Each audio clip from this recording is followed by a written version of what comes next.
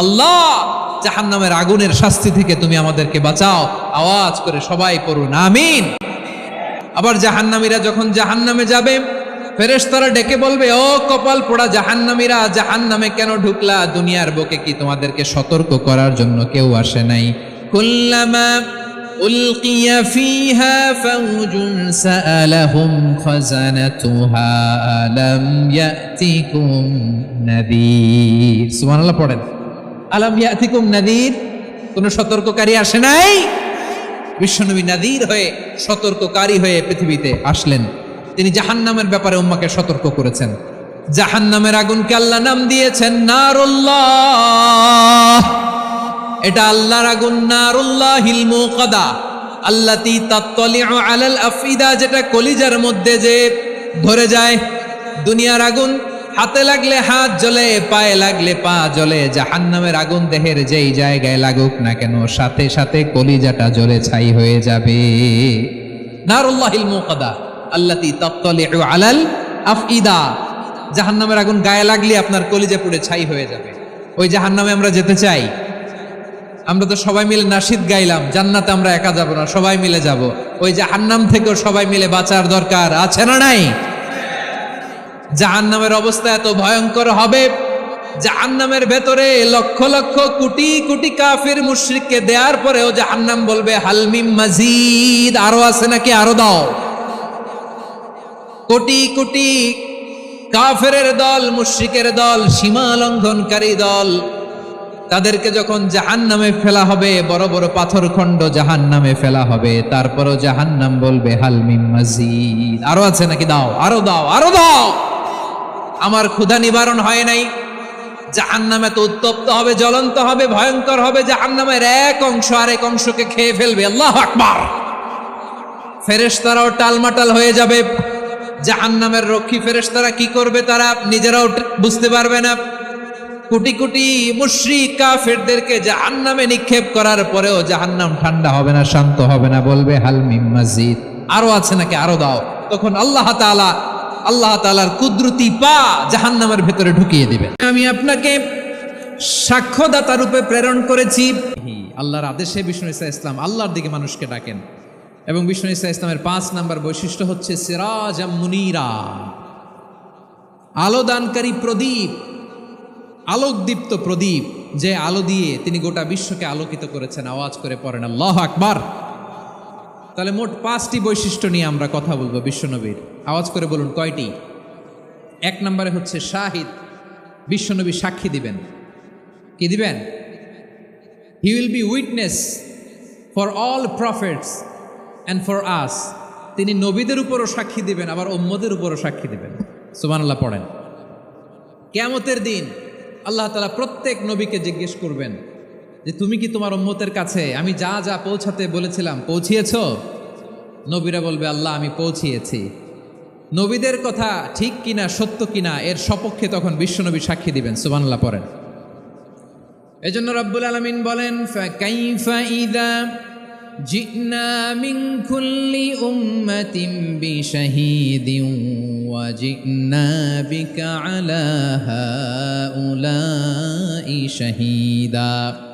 তখন কেমন হবে যখন প্রতিটি উম্মত থেকে আমি একজনকে সাক্ষ্য হিসেবে বের করে আনব, আর তাদের উপরে নবী আমি আপনাকে সাক্ষ্য বানাবো। পড়েন সুবহানাল্লাহ। তাহলে সব উম্মতের ব্যাপারে সেই উম্মতের নবীরা সাক্ষ্য দিবে, আর ওই নবীদের উপরে আমাদের নবী বিশ্বনবী সাক্ষ্য দিবেন। সুবহানাল্লাহ পড়েন। এজন্য এবার নূহের উম্মতকে আল্লাহ জিজ্ঞেস করবেন, এ নূহের উম্মতেরা, তোমাদের নবী নূহ কি দাওয়াত পৌঁছিয়েছে? নূহের উম্মত বলবে না আল্লাহ, আমাদের কাছে কোনো সতর্ককারী আসে নাই, কোনো নবী টবি আসে নাই, কোনো দাওয়াতও আমরা পাই নাই, আপনারাও চিনি নাই, জান্নাতও চিনি নাই, জাহান্নামও চিনি নাই। নূহ আলাইহিস সালাম বিপদে পড়ে যাবেন। তখন আল্লাহ বলবেন, নূহ তুমি বললা পৌঁছিয়েছ, তোমার উম্মত বলে কিছু পায় নাই। নূহ তোমার কি কোনো সাক্ষী আছে? তোমার কথা আর তোমার উম্মতের কথা তো মিলে না। তুমি বললা তুমি আমার নির্দেশনা দাওয়াত পৌঁছে দিয়েছ, কিন্তু তোমার উম্মত বলে পায় নাই। নূহ তোমার পক্ষে কোনো সাক্ষী আছে? নূহ আলাইহিস সালাম বলবেন আছে। কে? উম্মতে মুহাম্মাদি। তখন আমরা বলবো আল্লাহর নবী নূহ আলাইহিস সালাম তিনি আপনি যা যা বলেছেন ঠিক তা তার উম্মতের কাছে পৌঁছে দিয়েছে। এবার নূহের উম্মতের সাথে আমাদের ঝগড়া লাগবে, তারা বলবে তোমরা আসছো আমাদের হাজার হাজার বছর পরে, তোমরা কি করে জানলা? তোমাদের সাক্ষী ধর্তব্য হবে না? আমরা তখন বলবো আমাদের কোরআনে তোমাদের নবীর নামে আল্লাহ তাআলা একটা সূরা নাজিল করেছেন, সূরাতে নূহ। আওয়াজ করে পড়েন আল্লাহু আকবার।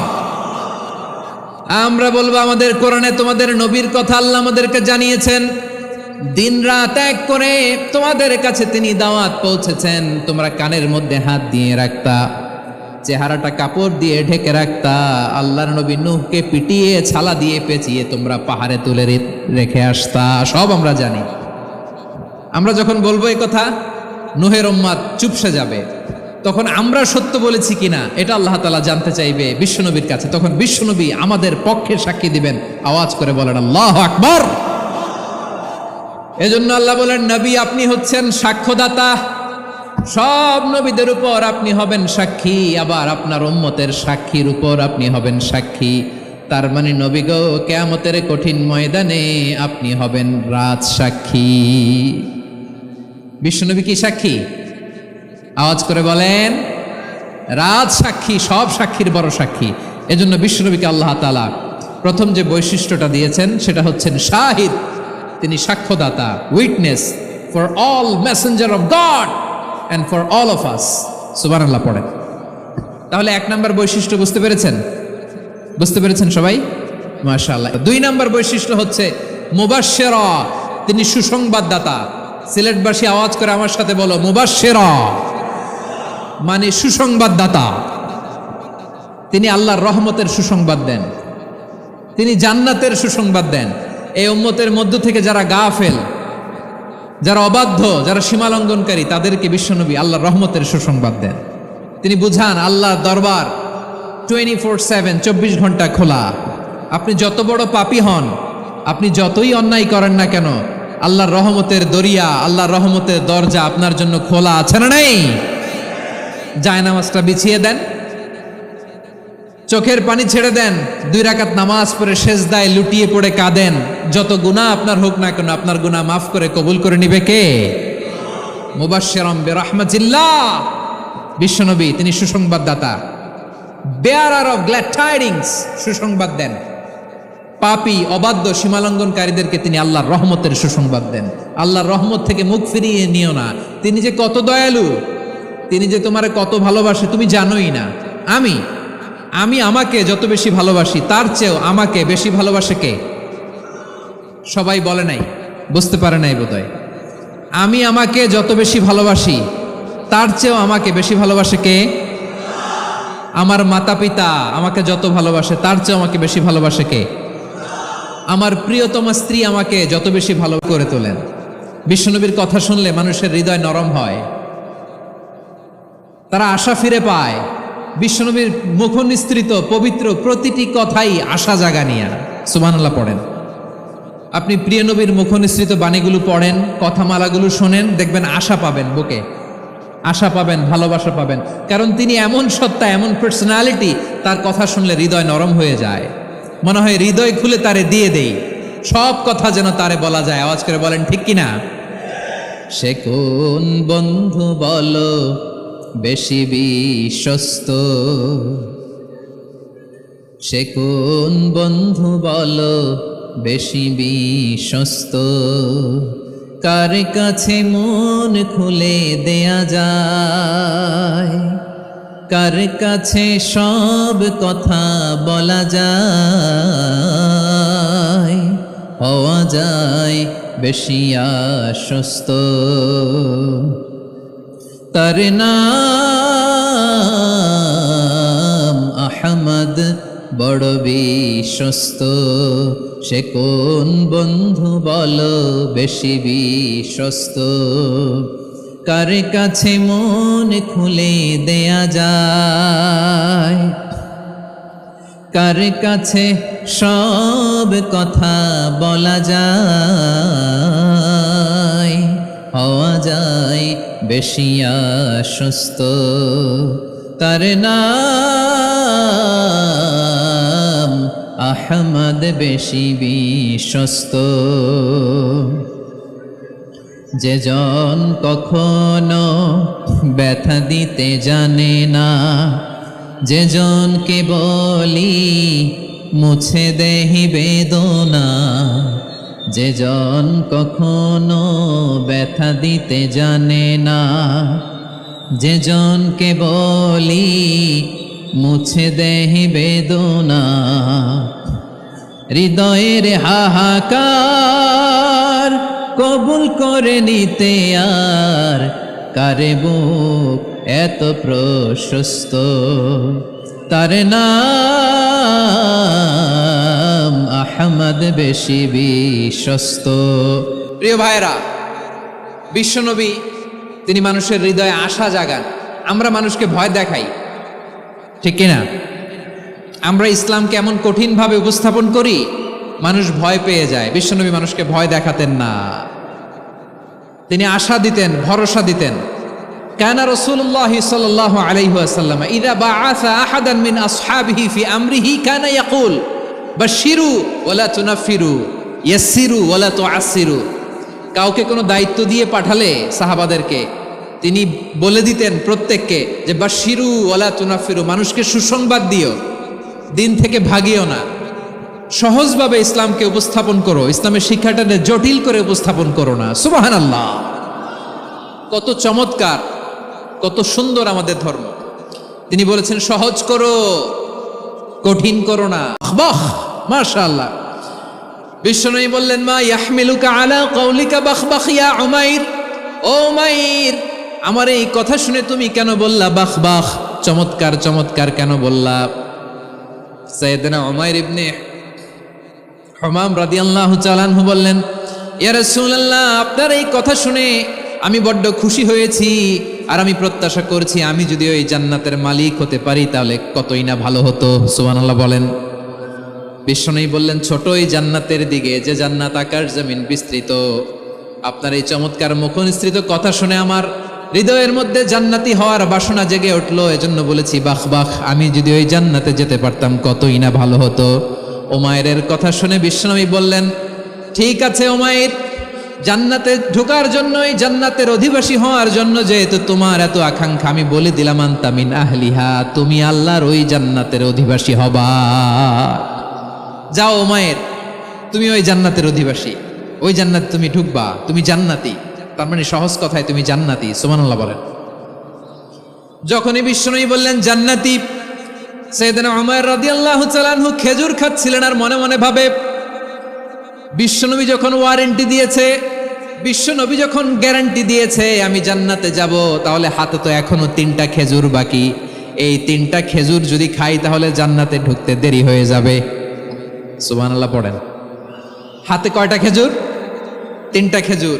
বিশ্বনবী বললেন উমাইর আনতা মিন আহলিহা, তুমি ওই জান্নাতের অধিবাসী, তুমি জান্নাতি। উমাইর চিন্তা করলেন আমি জান্নাতি, নবীর মুখ দিয়ে যখন বেরোইছে ওই জান্নাতে তো আমার ঢুকতেই হবে, কিন্তু হাতে 3টা খেজুর খেয়ে যদি জিহাদের ময়দানে যাই তাহলে জান্নাতে যেতে তো দেরি হয়ে যাবে। এই চিন্তা আসা মাত্রই খেজুর 3টাকে তিনি ছুঁড়ে মারলেন, তলোয়ার বের করে আল্লাহু আকবার বলে বদরের ময়দানে ঝাঁপিয়ে পড়লেন। আল্লাহর শত্রুদেরকে কচুকাটা করে এক পর্যায়ে শাহাদাতের সুধা পেয়ে নিজেও জান্নাতি হয়ে গেলেন। পড়েন সুবহানাল্লাহ। আমরা দুনিয়ার বুকে আমরা হয়েছি দুনিয়ার পাগল, ক্ষমতার পাগল, সম্পদের পাগল, খ্যাতির পাগল। বিশ্বনবী তার সাহাবাদেরকে বানিয়েছিলেন জান্নাতের পাগল। পড়েন সুবহানাল্লাহ। ওই জান্নাতে আমরা যেতে চাই কি চাই না? একা না সবাই মিলে? একা না সবাই? জান্নাতে একা আমি যাব না তো ভাই, তোমাকেও জান্নাতে দলে নিতে চাই। সবাই বলেন জান্নাতে একা আমি যাব না তো ভাই, তোমাকেও জান্নাতে দলে নিতে চাই। পড়েন আমিন। সিলেটের এই ঐতিহাসিক এমসি কলেজ ময়দানে আজ রাতে এই চমৎকার রজনীতে আমরা যেমনি একত্রিত হলাম, আল্লাহর জান্নাতুল ফেরদাউসের জন্য আমরা একত্রিত হতে পারি। আল্লাহ তুমি কবুল করো। সবাই আওয়াজ করে পড়েন আমিন। তাহলে চিন্তা করেন কিভাবে বিশ্বনবী জান্নাতকে চিত্রায়িত করেছেন সাহাবাদের সামনে, কিভাবে চিত্রায়িত করেছিলেন তিনি, যে কারণে সাহাবারা জান্নাতের পাগল হয়ে গিয়েছেন। আমরা যদি দেখি the way the prophet Mohammad portrait জান্নাত, কিভাবে তিনি পোর্ট্রে করেছেন জান্নাতের যে সৌন্দর্য, কিভাবে তিনি সাহাবাদের সামনে তুলে ধরেছেন। বিশ্বনবী আল্লাহর কোরআন থেকে আমাদেরকে জানান আল্লাহর জান্নাতের সুসংবাদ দানকারী করে যে আল্লাহ আমাকে পাঠালেন। তোমরা কি জানো আল্লাহর জান্নাত কত সুন্দর? কোরআন থেকে বিশ্বনবী আমাদেরকে জানান ফালা তা'লামু নাফসুম মা উখফিয়া লাহুম মিন কুররাতি আ'য়ুন জাযাআম বিমা কানু ইয়া'মালুন। মানুষের কর্মের প্রতিফল হিসেবে কত চমৎকার জান্নাত রব্বুল আলামিন নাজ নেয়ামত দিয়ে পরিপূর্ণ করে আমাদের জন্য প্রস্তুত করে রেখেছেন। পৃথিবীর কোনো মানুষ সেটা জানে না। পড়েন সুবহানাল্লাহ। এটা যে কত সুন্দর, আমাদের আমলের প্রতিদান হিসেবে কত চমৎকার, fantastic, eye catching, fabulous paradise তিনি আমাদের জন্য রেডি করে রেখেছেন। এটা কেউ জানেই না, কল্পনাতেও আনতে পারে না। সুবহানাল্লাহ পড়েন। আবার হাদিসে কুদসিতে বিশ্বনবী ফরমান, রব্বুল আলামিন বলেন আ'দাদতু লিইবাদিয়াস সালিহিন মা লা আইনুন রাআত ওয়ালা উযুনুন সামিআত ওয়ালা খাতারা আলা কলবি বাশার। আল্লাহ বলেন আমার নেককার বান্দাদের জন্য এমন চমৎকার জান্নাত আমি রেডি করে রেখেছি, মা লা আইনুন রাআত, কোন চোখ সে জান্নাতকে দেখে নাই, ওয়ালা উযুনুন সামিআত, কোন কর্ণকুহর সেই জান্নাতের আওয়াজ শোনে নাই, ওয়ালা খাতারা আলা কলবি বাশার, মানুষ কল্পনাতেও জান্নাতের ছবি আঁকতে পারে না। সুবহানাল্লাহ, কল্পনাতেও ছবি আঁকতে পারে না। পৃথিবীর যত বিখ্যাত বিখ্যাত ডিজাইনাররা আছে সবাইকে একসাথে বসিয়ে যদি আমরা বলি জান্নাতে যে চেয়ারের মধ্যে আমরা বসবো, এই চেয়ারের একটা ডিজাইন করেন তো, কোটি কোটি ডিজাইনকে একসাথে করা হলেও জান্নাতের একটা চেয়ারের ডিজাইন হবে? বরকতময় সেই সত্তা যিনি ফুরকানকে মানে কোরআনকে তার বান্দার উপর নাজিল করেছেন যাতে করে বিশ্ব নবী গোটা মানব মণ্ডলীর জন্য সতর্ককারী হতে পারেন। সুবহানাল্লাহ। বিশ্বনবী সবাইকে সতর্ক করতে এসেছে আমার প্রিয় সিলেটের ভাইয়েরা, নাকি শুধু আমাদেরকে? মুসলিম অমুসলিম, আস্তিক নাস্তিক, মুমিন কাফের, সবার জন্য তিনি সতর্ককারী। সুবহানাল্লাহ পড়েন। সূরা আলাক নাজিল হলো, তারপর সূরা মুদ্দাসসির নাজিল হলো। আল্লাহ বললেন ইয়া আইয়ুহাল মুদ্দাসসির কুম ফাআনযির, কুম ফাআনযির, stand up and warn your people। বিশ্বনবী ওহীর ভার সহ্য করতে না পেরে কাঁপুনি এসে গেল, শীত লাগছিল, তিনি চাদর গায়ে দিলেন। আল্লাহ বললেন ইয়া আইয়ুহাল মুদ্দাসসির, হে চাদরওয়ালা, কুম ফাআনযির, স্ট্যান্ড আপ, ফাআনযির, ওয়ার্ন করো, সতর্ক করো। সুবহানাল্লাহ। ওই যে বিশ্বনবী স্ট্যান্ড আপ, দাঁড়ালেন আর সতর্ক শুরু করলেন, এন্তেকালের আগ পর্যন্ত আর বসতে পারেন নাই। ওই যে দাঁড়ালেন, দাঁড়িয়েই রইলেন, উম্মাকে সতর্ক করেই গেলেন, করতেই থাকলেন। আওয়াজ করে পড়েন আল্লাহু আকবার। ওয়া আনযির আশীরাতাকাল আকরাবিন যখন নাজিল হলো, বিশ্বনবী সাফা পাহাড়ের চূড়ায় উঠে গেলেন, ডাকতে আরম্ভ করলেন ও আমার বংশের লোকেরা, ও আমার সম্প্রদায়ের লোকেরা, আমি যদি বলি পাহাড়ের পেছনে একদল ঘোড়সাওয়ার তোমাদেরকে আক্রমণ করার জন্য রেডি হয়ে আছে, ও আমার মক্কাবাসী আমার কথা তোমরা বিশ্বাস করবা নাকি? সবাই এক বাক্যে বলে দিল বিশ্বাস করব। সুবহানাল্লাহ। ও আমার মক্কাবাসী, আমি যদি বলি পাহাড়ের পেছনে একদল ব্যাটালিয়ন তোমাদেরকে অ্যাটাক করবে, আমি বললে বিশ্বাস করবা? মক্কাবাসী কি উত্তর দিয়েছিল জানেন? এত হেভি ওয়েটফুল একটা কথা বলেছিল। তারা বলেছিল অবশ্যই বিশ্বাস করব, কারণ মা জাররাবনা আলাইকা ইল্লা সিদকা, আমরা জীবনে কোনোদিন তোমার মুখে মিথ্যা শুনি নাই। সুবহানাল্লাহ কইবেন না? ওমিয়া, যে এলাকায় আপনি জন্মগ্রহণ করলেন, আপনার শৈশব, কৈশোর, আপনার তারুণ্য, আপনার যৌবন যেখানে কাটালেন, ওই এলাকার লোকেরা যদি এক বাক্যে বলে তুমি যা বলবা তাই বিশ্বাস করব, কারণ তোমারে তো মিথ্যা কইতে শুনি নাই। মা জাররাবনা আলাইকা ইল্লা সিদকা, we have never ever witnessed a single lie from you, আমরা জীবনে একটা মিথ্যা তোমার মুখ থেকে শুনি নাই। সুবহানাল্লাহ বলেন। দেখেন এই কথার মাধ্যমে এক বাক্যে বিগত 40 বছরের সার্টিফিকেশন হয়ে গেছে। কথা বলেন ঠিক কিনা? বিগত 40 বছর আমার নবী মক্কায় কেমন লাইফ লিড করেছেন, এক বাক্যে সার্টিফিকেশন, মা জাররাবনা আলাইকা ইল্লা সিদকা। তখন বিশ্বনবী বললেন ফাইন্নী নাযীরুল লাকুম বাইনা ইয়াদাই আযাবিন শাদীদ, যদি আমার কথা বিশ্বাস করো তাহলে জেনে রাখো, যদি মূর্তি পূজা আর এই শিরকি কর্মকাণ্ড ছেড়ে না দিয়ে এক আল্লাহর পথে ফিরে না আসো, কঠিন আযাব তোমাদের জন্য অপেক্ষা করছে। আওয়াজ করে পড়েন আল্লাহু আকবার। ফাইন্নী নাযীরুল লাকুম বাইনা ইয়াদাই আযাবিন শাদীদ, ভয়ঙ্করতম শাস্তি তোমাদের জন্য অপেক্ষা করেছে, আমি সেই শাস্তির সতর্কতা দিতে এসেছি। তাহলে বিশ্বনবীর আরেকটা বৈশিষ্ট্য, তিনি সতর্কতাকারী। সুবহানাল্লাহ, তিনি সতর্ককারী। উম্মাহকে রিমাইন্ডার দিতে এসেছেন, ওয়ার্নিং দিতে এসেছেন। আবার জাহান্নামীরা যখন জাহান্নামে যাবে, ফেরেশতারা ডেকে বলবে, ও কপাল পোড়া জাহান্নামীরা, জাহান্নামে কেন ঢুকলা? দুনিয়ার বুকে কি তোমাদেরকে সতর্ক করার জন্য কেউ আসে নাই? কুল্লামা উলকিয়া ফিহা ফাউজুন সাআলাহুম খাজানাতুহা আলাম ইয়াতিকুম নাযীর। সুবহানাল্লাহ পড়েন, আলাম ইয়াতিকুম নাযীর, কোন সতর্ককারী আসে নাই? বিশ্বনবী নাযীর হয়ে, সতর্ককারী হয়ে পৃথিবীতে আসলেন। তিনি জাহান্নামের ব্যাপারে উম্মাকে সতর্ক করেছেন। জান্নাতকে যেমনি তিনি চমকপ্রদভাবে উম্মার সামনে পোট্রে করেছেন, চিত্রায়িত করেছেন, ঠিক অনুরূপভাবে ভয়ঙ্কর জাহান্নামকেও তিনি এই উম্মার সামনে পোট্রে করেছেন। জাহান্নামকে কিভাবে বিশ্বনবী উম্মার সামনে পোট্রে করলেন, চিত্রায়িত করলেন, শুনতে মনে চায়? সিলেটবাসী শুনতে মনে চায়? জান্নাতের কথা শুনে যেমনি জান্নাতে যাওয়ার ব্যাপারে আপনারা আগ্রহী হয়েছেন, জান্নাতের নাজ নেয়ামতের কথা শুনে, জান্নাতের ফিচার শুনে যেমনি জান্নাতে যাওয়ার ব্যাপারে আমরা উদ্বেলিত হয়েছি, উচ্ছ্বসিত হয়েছি, জাহান্নামের কথা শুনলে কিন্তু আমাদের কলিজা কেঁপে উঠবে। কিভাবে বিশ্বনবী পোট্রে করলেন? বিশ্বনবী বলেন, নারুকুম হাযিহিল্লাতী ইউকিদু ইবনু আদম জুজউন মিন ৭০ জুজআন মিন হাররি জাহান্নাম। ও আমার উম্মতেরা, তোমরা যে রান্নাঘরে যে আগুন দিয়ে রান্না করো, তোমরা কি ভেবেছো জাহান্নামের আগুন ওই রান্নাঘরের আগুনের মতো না?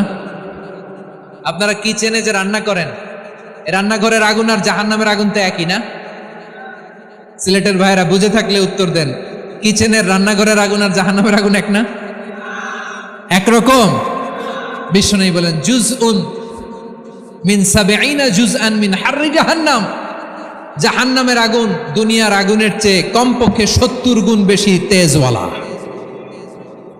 জাহান্নামের আগুনকে আল্লাহ নাম দিয়েছেন নারুল্লাহ।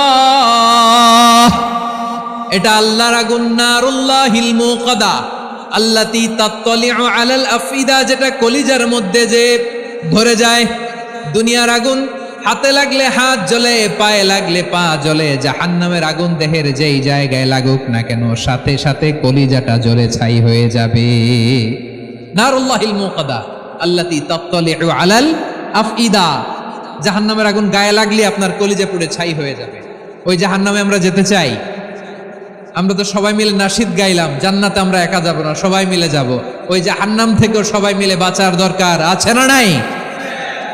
কি ভয়ঙ্কর শাস্তির বর্ণনা যে বিশ্বনবী দিয়েছেন, এত বিস্তর আলোচনার সুযোগ আমার নাই। আমি শুধু সবচেয়ে হালকা পাতলা, দ্য লাইট পানিশমেন্ট, সবচেয়ে হালকা শাস্তি কি হবে এটা বলবো।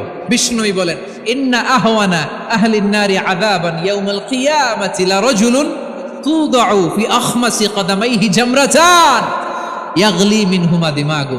জাহান্নামের সবচেয়ে হালকা আযাব কি হবে শোনো। সবচেয়ে ভারী না হালকা? সবাই বলুন, জাহান্নামের সবচেয়ে কঠিন আযাব না হালকা? জাহান্নামের সবচাইতে হালকা আযাব হলো ওই ব্যক্তির আযাব যার পায়ে দুটো জাহান্নামের আগুনের জুতা পুড়িয়ে দেয়া হবে।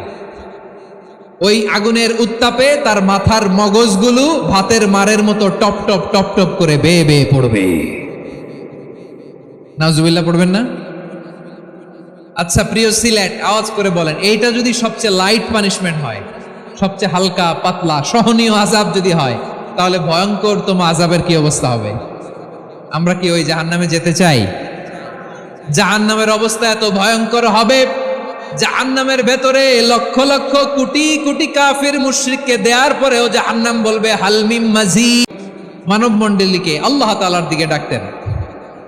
আল্লাহ তাআলা বলেন, ওমান আহসানু কওলাম মিম্মান দাআ ইলাল্লাহি ওয়া আমিলা সালিহান ওয়া ক্বালা ইন্নানি মিনাল মুসলিমিন। তার চাইতে ভালো কথা, শ্রেষ্ঠ কথা, কল্যাণকর কথা আর কার হতে পারে যে মানুষকে আল্লাহর দিকে ডাকে, সৎ কর্ম করে আর বলে আমি হলাম মুসলমান। সুবহানাল্লাহ বলেন।